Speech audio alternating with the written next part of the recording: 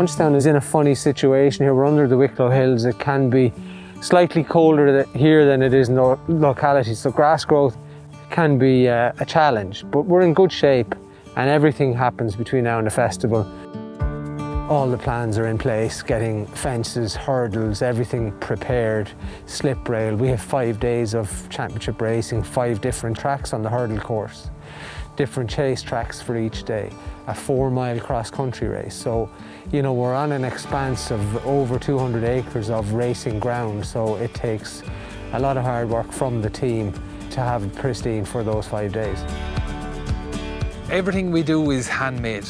Jeff looks after the hurdles, does a great job.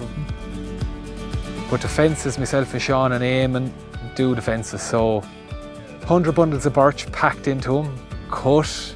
Then you have to get evergreen trees and put them on the front of it. It's a thing that we kind of hold on to as tradition of Punchestown. There's after been a lot of people work before me and there'll be a lot of people working here after me. And Punchestown is renowned as the home of the Irish jumps racing, so you want to keep that alive.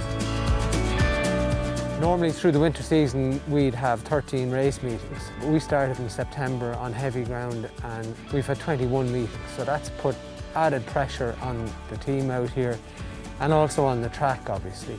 The festival track itself is sacrosanct. We try and get off that as early as we can in the winter to allow it to be in its best possible condition by the time we get to the end of April.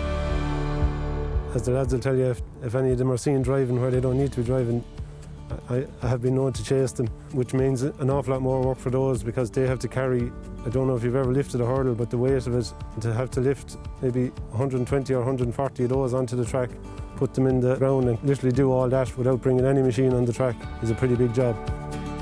There's 6 full-time staff here on the track with me and they all play a huge part and I couldn't do it without them. They all know their jobs at this stage. They'll help then with the part-time staff to come in for the week of the festival. So on the week of the festival there could be 100 staff here working out on the track, between putting back the track and doing everything else that has to be done. When you tell people you're working on a race course, if there's not racing on that day, they'll all say to you, well, what are you doing there today? So there's no racing on. But I don't think anyone will believe the amount of work that goes in. When you see your fences being jumped by the best horses around and you know you're putting so much work into them, it's brilliant to see it from people in the office, people on the track. We all just click, we get along and we pull together. We get it over the line for the 5 days.